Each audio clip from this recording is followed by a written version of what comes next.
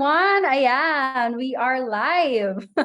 Ayan, so hello po sa lahat ng mga nanonood right now. Ayan, na nandito sa ating live for today. Ayan, so kaway-kaway naman po sa inyong lahat and syempre, especially sa mga OFWs, di ba, na nandito right now and meron talagang nag-message sa akin, isa sa mga leader ko na talagang coach, inaabangan ko po at aabangan ko po talaga yung live mo. Kaya syempre, I'm so excited, di ba, na right now is ako naman yung makakakwentuhan ng lahat ng mga andito about pangarap. So marami na kayong narinig, 'di ba, na mga different stories, OFWs, lahat ng pagkukuhaan ng inspirasyon. And right now, ayan, so parang kumbaga I'm so excited also to share my story. Nakapag-live na ako dito before, 'di ba? So ngayon lang ulit nakapag live ulit dito sa ating Business for Everyone. So ayan, comment mo naman kung nasa ang bansa ka right now. And ayan, sure ako, especially sa ating mga OFW partners, tapos na yung trabaho ng friends mo, 'di ba? Tapos na yung trabaho ng mga, alam mo yon, kachika mo dyan sa Facebook. Pwede mo nang i-share yung ating live para mapanood nila. Ayan, para naman at least makakwentuhan din nila tayo. And syempre, kumbaga, sobrang importante sa akin, 'di ba? As a person na laging meron kang pinanghuhugutan ng inspiration, reminders, 'di ba? Na alam mo 'yon, dreams is really do happen, 'di ba? Lalo na kapag mamaya na pag-usapan natin yung ating kwento, 'di ba? So ayan, I'm so excited and as of this moment, I have 30 minutes to share my story for you. Kaya sa lahat ng mga andito right now, ayan, tapusin mo talaga yung ating live kasi yung 30 minutes mo na time na i-spend dito, I will make sure, 'di ba, na marami kang matututunan, marami kang makukuhang inspiration, 'di ba? Kasi I was just like you, 'di ba, na talagang may pangarap din sa buhay and alam mo, because of this opportunity na ginagawa natin is talagang nagbago yung buhay natin. Ayan, so kaway-kaway naman and meron dyan ating mga partners and syempre, ayan, kaway-kaway sa aming hub, ayan, Royals Palace. Ayan, so nanonood right now. And ayun, i-share ko na po ang aking story.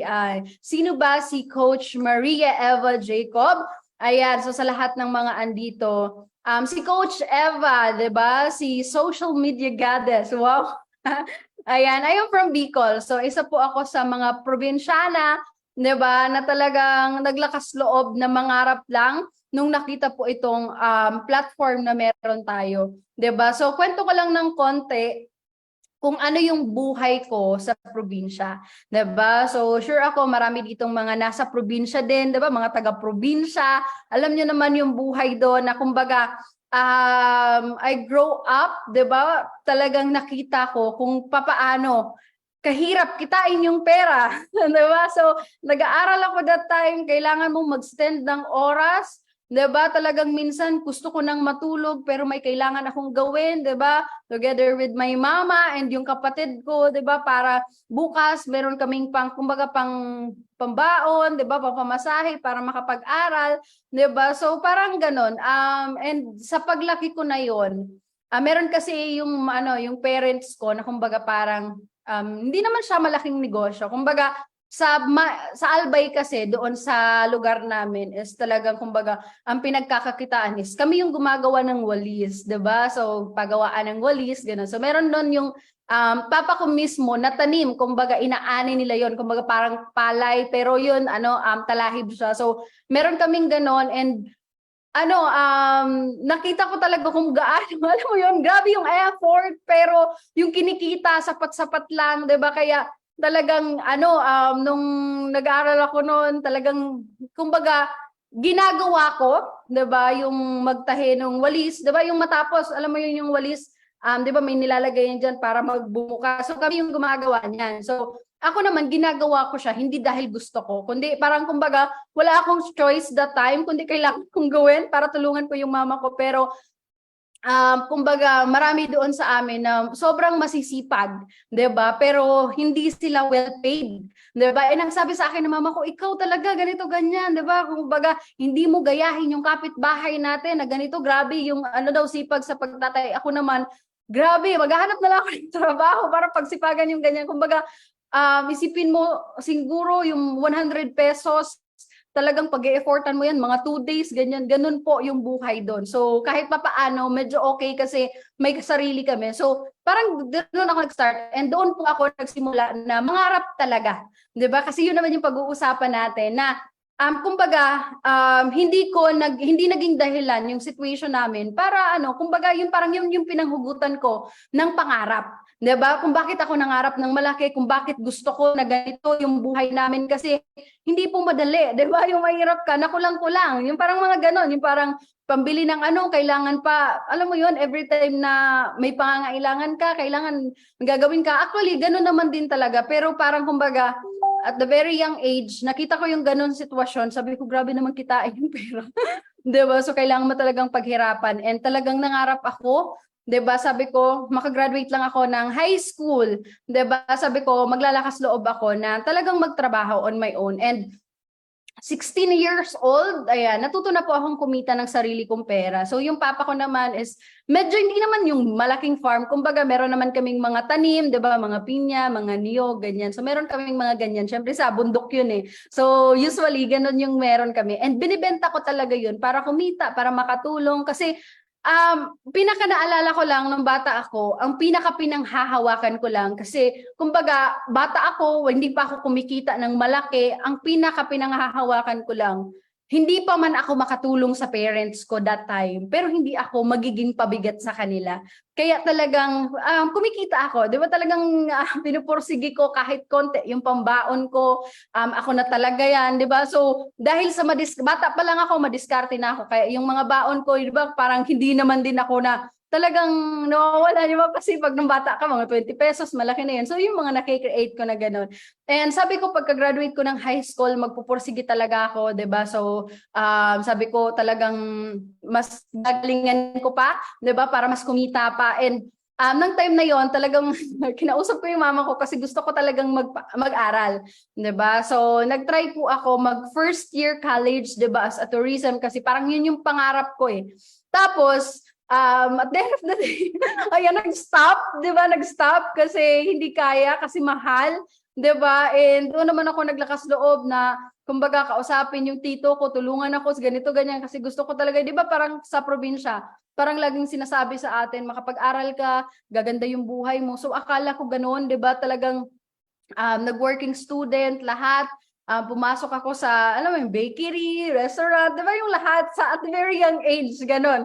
So para ma-provide yung pinapag-aral ako ng tito ko that time and yung allowance ko, hindi ko sa kanya hinihingi na. So pag Saturday, Sunday, ayan, nagbabantay ako kasi meron naman silang kumbaga negosyo, parang ganon. So ano, nagtatrabaho talaga ako para kumita doon. So parang ganun po ako lumaki and noon pa lang, 'di ba, na hindi pa naman ganun kaganda yung buhay ko, is talagang mataas yung pangarap ko. And para sa akin, isa po 'yan sa pinaka-importante. 'Di ba kasabi, hindi ang pinakamahirap na tao sa mundo is hindi naman yung tao na walang pera, kundi yung taong walang pangarap. 'Di ba? Kasi libre na nga lang talagang mangangarap. Minsan hindi mo pa nilalakihan. So ako naman, kahit yung papa ko minsan, pinagsasabihan ako, ikaw masyado ka talagang ambisyosa, mga ganyan. So, sa kagustuhan kong kumita, marami akong ginawang diskarte. Yan, I am a freelance model, yan, pageant, 'di ba? Dumating ako sa point na nagjo-join ako sa pageant, hindi ko goal manalo, okay, kung hindi okay lang kasi pag hindi ka nanalo sa pageant, meron kang consolation prize. So parang ganoon siya. And madiskarte din kami noon kasi syempre may mga gowns, mga kailangan ganun. So talagang minsan gumagawa kami, ginagawa na lang namin, yung parang mga ganun. And maganda naman yung kita doon kasi for example, one time nanalo ako as a first runner-up mo, 'di ba, sa barangay namin. So parang mga ganon hanggang sa nung na-expose ako noon sa pinaka-cities talaga sa Bicol, sa Legazpi City. So parang ngayon, mas na-expose ako and parang when it comes to exposure, para sa akin sobrang importante kasi nung dumating ako sa time na na-expose ako, mas doon ko parang kumbaga nakita yung different, 'di ba? Yung mga kumbaga kapag may pera ka, 'di ba, may mga privilege, kapag wala, 'di ba, kawawa ka, 'di ba? So parang may mga ganon and doon ko mas in-expose yung sarili ko na to the point na papaano ko kaya makukuha yung pangarap ko, 'di ba? So parang natapos na ako sa pag-aaral and akala ko magkakaroon ako ng alam mo yan, yung parang ano, 'di ba, lalo na kapag meron kang NC2, 'di ba? Talagang pwede kang makapunta ng ibang bansa. So parang may ganun kasi tayo namang mga Pilipino, pag medyo kinukulang na or alam mo yon, kapag parang wala ka ng choice, lagi natin, 'di ba, na ginugusto na pumunta ng abroad. And yes, I was so inspired kasi normally naririnig natin OFW, maganda yung buhay. OFW, 'di ba? Malaki yung sahod. So yun yung mga naririnig ko talaga. 'Di ba? Sabi ko gusto kong pumunta ng abroad and natatawa talaga ako noon that time kasi nagtatrabaho ako doon. After ko doon sa, kumbaga, umalis na ako doon sa ano, nagtito ko, 'di ba? Pumasok ako, nag-sales lady, 'di ba? Nag-Ever Belena, beauty consultant ng isang ano, beauty products, 'di ba? So parang maraming mga ganon. And then talagang kino-compute ko sa ko, paano kayo kung mag-apply ako ng abroad, ito yung kikitain ko, 20,000 a month kasi yun daw. So as a probinsyana, talagang sobrang ano, parang kumbaga yung 20,000, ang laki na, 'di ba, sa pandinig ko. So kinompute ko siya, ganito yung kikitain ko in a year, 'di ba? Tas tatrabaho lang ako ng 4 years, ganito yung gagawin ko. So parang ganun ako nung bata pa lang. Kumbaga talagang meron akong plano and alam ko talaga din sa sarili ko na makukuha ko yung pangarap ko. And nung dumating na sa point na alam mo yun, wala kang choice.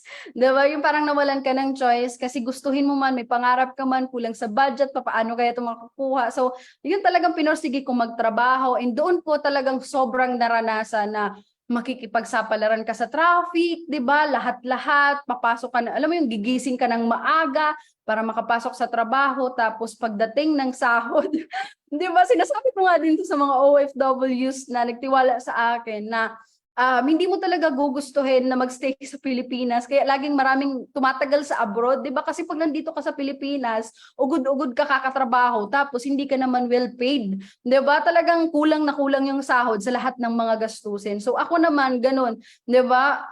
290 pesos per day. 'Di ba? Minsan may leave pa, yung leave wala namang bayad kaya umaabot lang mga around 3,000 to 4,000 kinsenas katapusan. So nasa total of 8,000 lang yan a month, 'di ba? And ano, nakakapagod, 'di ba? Ramdam minsan kumbaga darating yung sahod para na lang ibayad, 'di ba, sa mga bills kasi nagbo-board pa ako that time. So magkano lang yung natitira and sa kagustuhan kong matulungan yung parents ko. And nahiya talaga ako kasi isipin mo nagtatrabaho ako that time. Parang kumbaga bibihira ko lang mabigyan 500, 'di ba? Grabe yung 500 pesos. So doon ko talaga na ano, sabi ko parang papaano ko kaya ito magagawa? And naalala ko talaga, itong negosyo na to, papaano ka siya nakilala. Dumating ako sa point na parang nag-pray, 'di ba? Talagang nag-ask ka.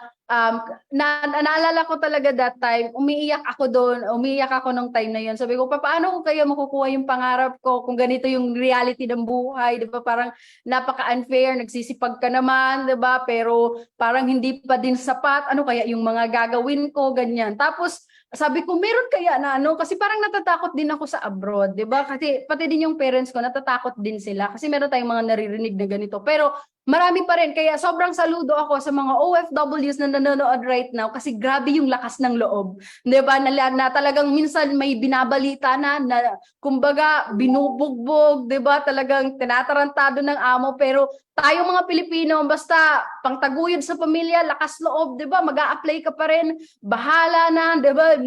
Mayroon pa doon na parang itatakot, yung parang natakot ako nang sabi niya, ang pag-abroad, ang kabilang paa mo nasa hukay na. Sabi ko, grabe naman. So, nung umiiyak ako that time, sabi ko, meron kayong opportunity na pwede akong kumita ng malaki compare sa sinasahod ko na nandito ako sa Pilipinas. Tapos hindi ko kailangan lumayo sa family ko. Kumbagang ganun. Tapos after kong umiyak, bigla akong natawa. Bigla akong natawa. Parang baliw lang no, after umiyak. So sabi ko, parang wala naman kasing ganun na pwede kang kumita ng malaki na kumbaga hindi siya ganun. Sabi ko, kahit hindi kailangan lumayo, 'di ba? Parang gano'n. So, saan kaya ako pwedeng kumita ng malaki? Eh kahit nga yung mga, alam mo yun, hindi naman sa ano, may mga professional na hindi naman din talaga sapat yung kinikita nila, 'di ba? So, ano, yun, wala akong choice, 'di ba? Kahit medyo masad ka, kailangan mo pa rin gumising sa umaga, magtrabaho, 'di ba? And nung time na pumasok ako noon kinabukasan, yun talaga yung pinaka parang answered prayer. 'Di ba? Kasi hindi ko in-expect na yung lunchtime namin noon, 'di ba? Medyo namamaga pa yung ano ko. 'Di ba? Lunchtime ako noon ano. So parang kumbaga, merong taong lumapit sa amin and hindi ko kakilala, 'di ba? May kasama ako, isa katrabaho ko. Tapos in-approach na ako, sabi niya, meron na yung ganitong opportunity. So parang kumbaga, ako naman sa una, pag hindi ko kakilala, hindi naman po ako ganun ka boka, 'di ba? Yung parang papansin, hindi nga kita kilala, tapos kinakausap mo ako. So parang nung sinabi niya na opportunity, 'di ba? So ganun po ako kaano when it comes to opportunity. Sobrang open po ako when it comes to opportunity. Nung narinig ko 'yon, parang ting, 'di ba? So talagang napalingon ako sa kanya. Tapos yun na yung sabi niya, dati akong manager sa mall din. So parang na-inspired ako kasi isipin mo, manager na yun ginawa niya pa rin yung opportunity na yun. Pero wala akong idea ano yung opportunity na yun. And talagang wala nang time. Sabi niya, kunin ko na lang yung number mo. Pwedeng mag-meet up na lang tayo after mo, ganun, ganyan. Tapos papasok na kami noon kasi malilate na kami. Sabi ng kaibigan ko, wag ka dyan kasi ganito, ganyan, di ba? No? Invite yan, mga ganyan. Baka may scam ka lang dyan. So ako naman, pataas, ano naman i-scamin sa akin? Wala naman akong pera. Di ba? Wala naman akong kayamanan para lokohin. Or sabi ko, parang wala namang mawawala sa akin kasi dati naman akong wala. Di ba? Ako nga yung dapat talagang aalamin ko yun. So, sabi ko, excited ako noon matapos yung kumbaga yung work ko. So yun, talagang pag 9:30 noon na naglalakad na ako kasi sabi niya magmi-meet up daw kami, 'di ba, sa Dunkin Donut po doon sa harap ng Ayala Legazpi, kung may mga taga Bicol dito. Ayan, so alam na alam niyo yan. And doon ko talaga yung pagbaga kasama ko pa rin yung kaibigan ko, parang timang, 'di ba? So inano, wag ka na diyan kasi parang nakakatakot ganyan. Ako naman kinakabahan na tuloy, 'di ba? Duda na. Sabi ko, oo nga, baka ganito. Silipin muna natin, 'di ba? So sinilip namin doon. Alam mo ba na mas may itsura pa sa amin yung nag-share sa amin. Sabi ko parang mas mabango pa to sa amin, 'di ba? Parang kung may paghihinalaan na kumbaga scammer, baka parang tayo, 'di ba? Kasi parang katiwa-tiwala yung tao. So parang sabi ko parang hindi naman kasi nasa public place naman. So tinulak ako ng kaibigan ko and umalis siya. 'Di ba, iniwanan niya ako mag-isa, walang hiyang kaibigan. 'Di ba? So pero yung time na yon, exact 9:45 ganyan, mga around magte-10 na. Naupo ako doon, nakinig, 'di ba? Talagang na-share niya sa akin yung opportunity na 'to. Hindi ko namalayan, umabot na ng 12:00 ng gabi, ganun po kahaba yung pinagkwentuhan namin and sobrang ganda, 'di ba? Nang pinag-usapan, nang na-share niya sa akin, mga ka-work ko din, 'di ba? May mga sales lady din pala na pumapasok, professional, ganito, kumikita ng malaki. Natandaan ko talaga doon, sobrang na-inspired ako. Same sa akin, sales lady din doon sa Ayala na kumita ng 20,000 a month. Sobrang inspired na ako noon. Sabi ko, ang ganda naman ng opportunity, ganito, ganyan. Kaso nga lang, may puhunan.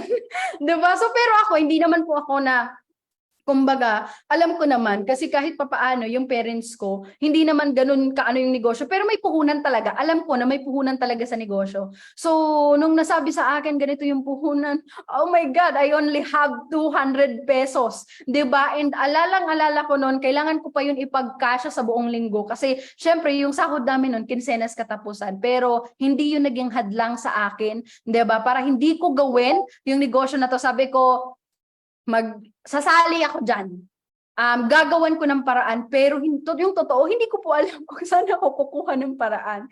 'Di ba? So, nagsakay ako nun sa jeep, pauwi na ng boarding house. Sobrang inspired ako. Grabe na talaga yung, alam mo yun, yayaman na ako, ganito, ganyan. Tapos, shinare ko sa kapatid ko kasi sabi ko, baka matulungan niya ako sa puhunan. Tapos, pinagtawanan lang ako, 'di ba? So, parang, shinare ko sa mama ko, ganito, ganyan. So, walang sumuporta sa akin. Sabi ko, grabe naman yung mga taong unang ine-expect ko na magsusupport sa akin is talagang sila, hindi ka na nga sinuportahan, discourage ka pa. Sabi, ikaw talaga. Di ba yung mga online na yan? Alam mo naman na maraming naloloko dyan, padala-dala ka dyan. Di ba? Kailangan mo pa talagang mangutang para sa mga hindi mo naman kakilala. So in short, wala. Hindi ka natutulungan. Di ba? Parang minsan hihingi ka, hindi ka na nga bibigyan, puputakan ka pa. So ganun. Pero hindi yung naging dahilan para hindi ko magawa yung business. Exact kinabukasan, pagpasok ko, 'di ba? Inspired ako. Hindi ako makatulog kasi sabi ko, grabe, may chance na kaming yumaman. 'Di ba? Yung parang ganun yung excitement ko. And then, sakto. Nakatayo ako doon sa stante ng Ever Belena na binabantayan ko, may mga customer, ina-assist ko, pero lutang ako. Ano ang isipin kong buti na lang, 'di ba? Andun yung mga chessmakers ko, di ba? Na mga katrabaho, nag-uusap-usap sila about sanglaan ng ATM. So ako naman nagkaroon ng idea and yun po yung naging reason bakit ako nakapagsimula sa ganitong negosyo. Nagsangla po ako ng ATM and yung pagsangla ko ng ATM kasi since konti lang naman yung sahod ko, hindi sapat. So talaga, alam mo yun, hinanapan ko ng paraan, pinanghiram ko, 'di ba? Kasi talagang nakita ko kung gaano kaganda. Pero nung naipon ko na, binigay na sa akin yung pera. Nagdadalawang isip po ako na ilabas kasi first time kong makahawak ng ganun. Di ba kalaki na pera? Ilalabas ko lang, hindi ko naman kakilala. Pero sabi ko, natandaan ko talaga yung time na yon na nung gabi na in-explain niya sa akin, hindi lang basta negosyo yung nakita ko. Hindi lang basta, alam mo yon na pwede lang akong kumita. Pero nung time na yon, it was so blurred papaano ko makukuha yung pangarap ko. And that day, nung oras na yun na nakausap ko yung taong hindi ko kakilala, ang nabigay niya sa akin chance. 'Di ba? Chance na pwedeng magbago yung buhay ko, chance na ganito ganyan. And doon ko na-realize na wala talaga akong chance sa ginagawa ko eh. Kasi marami nang nauna sa akin, 'di ba, mga katrabaho ko, nag-uutang-utangan pa nga sila, 'di ba? Kasi hindi sila kumikita ng malaki. 'Di ba? Kulang sa lahat ng mga gastusin. So, sabi ko, ito na yung chance ko. 'Di ba? And sa lahat ng mga andito, wala po akong idea sa ganitong negosyo. Okay? Talagang hindi ko alam paano kumita sa online kahit yung mga online selling, magbenta ng damit, wala akong idea. Kasi field, kumbaga work ako, talagang yung ginagawa talaga, hindi yung online-online. So that time, talagang nakita ko yun. Nung pera na yun, sabi ko, lakas loob. And sa lahat ng mga andito, kung ikaw alam mo yung reason mo, bakit ka sumali dito, or talagang, kumbaga, sigurado ka na magbabago yung buhay mo. Ako naman, binanghawakan ko lang yung chance. And I was totally honest po sa lahat ng mga andito. Magiging honest ako sa inyo. Hindi po ganoon 100% yung talagang tiwala ko na magbabago yung buhay ko. Pero yung dahilan ko na yun, chance. 'Di ba? Kumbaga, baka sakali. Kumbaga, yun yung pinaka-reason eh. Baka sakali na magbago yung buhay ko. Kung hindi, ang pinaka-importante sa akin, nag-try ako. At least, kumbaga doon, mas nabuhayan yung pangarap ko. May chance na pwedeng ganito, ganyan. And to cut the long story short, I started a business. Maraming nag-discourage sa akin, even my family.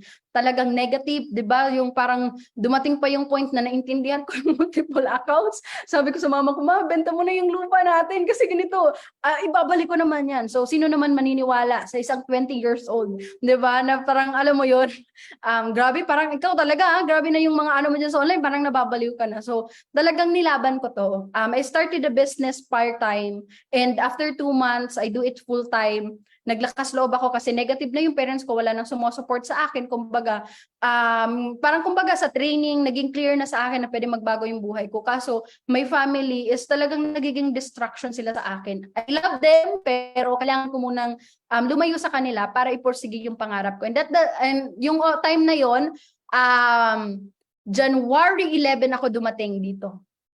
January 11, 2019. Ayan. So, nandito na ako sa Manila. Doon ko po tinodo yung business. Ang sabi ko lang sa sarili ko, hindi naman ako naglayas. Hindi ko alam kung layas yung tawag doon. Pero, umalis ako sa bahay na hindi sila pumayag, pero alam nila. Diba? So, hindi ko alam kung layas yun or naglayas ka pero nagpaalam ka. Hindi lang pumayag, porsige ka pa rin. So, talagang lakas ng loob, ganun. Doon na ako sa Manila. Sabi ko, never akong uuwi sa amin na wala akong resulta. 'Di ba? Hindi ko natatrabahuin or hindi ko yung gagawin yung negosyo. Hindi ko gustong magkaroon ng resulta para lang patunayan sa kanila na mali sila. Pero sabi ko, pupursigi ko, kailangan magkaroon ako ng resulta kasi gusto kong patunayan this time na tama yung decision ko at tama yung tinataha ko na kumbaga yung nakita ko dito sa online platform natin. To cut the long story short, nag-start ako talagang sinipagan ng todo, lakas loob, lahat. Diba? Dumating pa sa point, ayoko na yung kwento, maraming kasi kapag tinatrabaho mo yung success mo, don't expect everything will be easy. Diba? Kumbaga, gawin mo lang na mas strong yung sarili mo kasi sa lahat naman ng ginagawa natin diba? Kumbaga, lakas ng loob, sariling tapik sa sarili na kaya mo yan. Kasi it's normal di ba? Sa lahat ng mga andito, huwag kang mag-expect na porket nagdito ka na, porket alam mo yon, magiging madali sa iyo lahat. Walang madali sa sa mundo, 'di ba? Pero the moment na inaral mo, 'di ba, talagang pinursige mo, mamamaster mo din 'yan. And para sa akin, mas worth it i-master yung nakakayaman compare sa master mo na nga yung ginagawa mo right now, hindi ka pa rin naman yumaman, 'di ba? So yun yung naintindihan ko, talagang tinatawagan ako ng family ko, in-ignore ko muna sila for the meantime. Sabi kasi ng kapatid ko, ikaw kasi talaga may itsura ka naman ganito, ganyan. Diba? Bakit nandyan ka? Magtrabaho ka na lang kaya, mag-abroad, ganito, ganyan. So sabi ko, no, hindi pwede. Kasi sabi ko, okay lang na itong negosyo na to, umabot ako dito ng 2 years, 3 years. Pero sigurado ako this time na kaya ko magkaroon ng resulta. Kasi bakit? Nakita ko na sa mga taong nauna eh. Yung sinasabi nila sa akin na gagawin ko, nakita ko na din kung ano yung mangyayari. Di ba kasi lagi namang may nauuna sa atin eh. Gusto mo mag-aaral ka ng teacher, tignan mo yung buhay ng naging teacher na, professional teacher na, kung gusto mo yung buhay nila. So parang ganun lang yung tinignan ko and sobrang na-inspired ako sa community na to. Di ba? Nasabi ko dito, may chance magbago yung buhay, kaya ito talaga, talagang ito todo ko. Di ba? Uuwi ako sa amin. Di ba? Lumipas yung isang Pasko na hindi ako umuwi sa amin. Kasi, negosyo yung tinatrabaho ko eh. 'Di ba? Pangarap, 'di ba? Minsan nga magtataka ka. Bakit kaya kang antayin ng magulang mo for how many years? 'Di ba? Na hindi ka naman minamadali. Nung grade 6 ka pa lang, dapat kung graduate ka na sa college. They understand na dadaan ka sa second year, third year, fourth year, 'di ba? Magka-college ka pa, may grade 12 pa nga, naintindihan nila 'yon. Pero pag tinatrabaho mo na yung pangarap mo, yung negosyo, why they will expect na, alam mo 'yon, in a year, in a month, magagawa mo na, 'di ba? So, kumbaga ikaw ang pinaka-importante para sa akin kasi hindi mo hindi ka talaga maiintindihan nila the moment na hindi kayo parehas ng ginagawa. So kailangan talaga ng mas malakas-lakas yung loob mo, 'di ba? Dapat ganun katibay, 'di ba? Ka-strong and lagi nakita ko ngayon sa quote yung parang wag mong i-wish na maging madali lahat. I-wish mo na mas maging strong ka kasi wala namang madali sa mundo. Lahat naman pinagsisikapan, pinagsisipagan, 'di ba? And sobrang pinanghahawakan ko talaga. Makukuha ko din yung lahat ng bagay na pinaghihirapan ko. Because sa lahat po ng mga andito, we always get what we deserve. Kailangan mo lang talagang sipagan ng todo. Kailangan lang din, nasa tamang community ka. 'Di ba? Kasi ang akala ng iba, sipag at tiyaga para yumaman. Para makuha mo yung pangarap mo. 'Di ba? Kulang po. Kailangan may tamang community, tamang opportunity. Kasi jeepney driver, mambabalot, masipag matyaga, OFWs. Sipag, tiyaga, lakas ng loob, nandyan po sa inyong lahat. Pero ang tanong, nakuha mo na ba pangarap mo? 'Di ba? So this time, nakita mo na to, this is a right opportunity para ilagay mo yung sipag at tiyaga, 'di ba? Na meron ka, lakas ng loob, diskarte sa buhay, the moment nilagay mo yan lahat, ako na mismo yung magsasabi sa iyo kung gaano po yan ka-worth it. Ang pinaka-tip ko lang, lakasan mo lalo yung loob mo.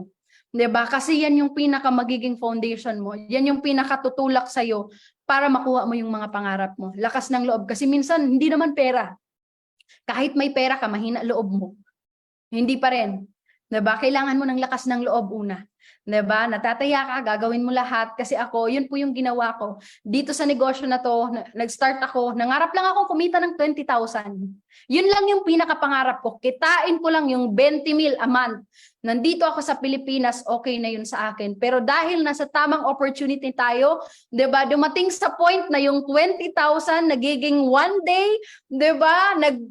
That time naranasan ko 58,000 kinita ko lang in 1 week, 'di ba? And kumbaga last month, 'di ba? Magkano yung kinita natin? Kumbaga nagsimula lang siya sa 20,000 pero yung 20,000 parang sobrang normal. Dapat days mo lang yan kinikita sa negosyo na meron tayo, sipagan mo, and sa fast lane system na meron tayo right now. 'Di ba? Kayang-kaya mong kumita and alam mo yon, sobrang excited ako 'di ba, sa lahat ng resulta na pwede kong makuha dito. And I was so inspired kasi pangarap ko, 'di ba, mag 20,000 right now. Ang pinakapangarap ko na is mag six figure. And sa lahat ng mga andito, today is August 19, 'di ba? Madaling araw dito. Malapit na tayo doon sa six figure, 'di ba? Kumbaga, sipagan mo lang ng todo. Sobrang inspiring, 'di ba? Yung travels kasi sa mga Gen Z, lalo na sa mga kaedad ko na ganito, 'di ba? Pangarap natin yung makapag-enjoy, yung ginagawa mo. Kumbaga, dito po sa opportunity na to, bakit nilab ko siya ng todo? Kasi bakit? Kumikita ka dito at the same time, talagang nai-enjoy mo yung life mo. Maraming tao sa mundo na may pera pero walang oras, 'di ba? Kasi kailangan magtrabaho para kang, kumbaga para sa akin, it's not living, 'di ba? Importante sa akin na meron kang financial freedom at the same time, time freedom. Ang pinakamasasabi ko lang, 'di ba? Itawid mo yung sarili mo dito sa negosyo na gagawin natin kasi hangga't hindi ka magnenegosyo, tandaan mo, kung hindi ka magnenegosyo, habang buhay kang magtatrabaho. Pag habang buhay kang magtatrabaho, 'di ba? Kung magkano lang yung sahod mo na ibibigay sa iyo ng amo mo, yun lang yung lagi mong ipagkakasya sa lahat ng mga gastusin, 'di ba? Kaya maraming, alam mo yon, hanggang ngayon, kumbaga namomroblema pa rin financial. Masipag naman, 'di ba? Ilang taon na nga sa ginagawa, pero laging financial pa rin yung problema, 'di ba? So this is the perfect time na gawin mo to. And para sa akin, kung first time ka dito, hindi accident, 'di ba? Na nagkausap tayo right now, napakinggan mo ako. Gusto kong i-share sa iyo, 'di ba, na dito sa Royals International Empire, dito po sa fast lane system na meron tayo, 'di ba, ang pangarap mo is talagang kaya mong makuha dito 100%. Kasi dito po sa business natin, hindi ka lang basta bibigyan ng 20,000 income, hindi ka lang dito basta papakitain, kundi babaguhin yung buhay mo, makukuha mo yung mga pangarap mo. And sa lahat ng mga andito, talagang pangarapin mong makuha yung pangarap mo. Kasi naniniwala ako, ang pangarap mo na yan, hindi lang yan para sa'yo. Wala namang taong nangangarap lang para sa sarili niya eh. Talagang laging damay yung family, 'di ba? Talagang damay lagi yung, alam mo yun, mga kapamilya natin. So, ikaw na nakikita right now, ikaw yung magdesisyon yan, 'di ba?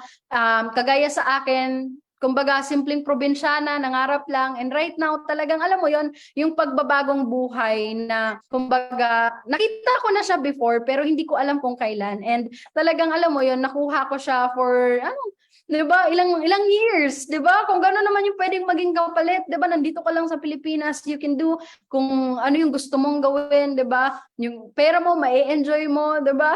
Makain mo yung mga gusto mong kainin.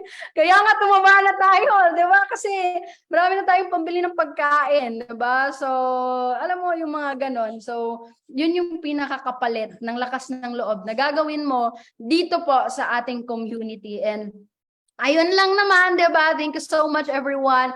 And sure ako sa lahat ng nanonood right now, 'di ba? Kung nagawa ko, nagawa ng lahat ng mga taong napakinggan mo, 100% sure na yung pangarap mo na yan, makukuha mo yan dito. Kasi kami, 'di ba, this community, talagang merong puso na tulungan ka para makuha mo yung mga pangarap mo. Pinakamasasabi ko lang, lakasan mo lang yung loob mo, 'di ba? Kasi you are next sa lahat ng mga naging successful business. Thank you so much everyone. Ayan, I hope na na-inspired ko po kayong lahat. Ayan, so panghugutan nyo ng inspirasyon yung bawat story, 'di ba? Kasi hindi mo alam, baka next year, 'di ba? And this year, 2023, ilang months na lang. Hindi pa huli yung lahat para makahabol ka at gawin mo na yung 2023 yung pinaka the best na taon para sa iyo. So, yan, thank you so much everyone and God bless you. Bye!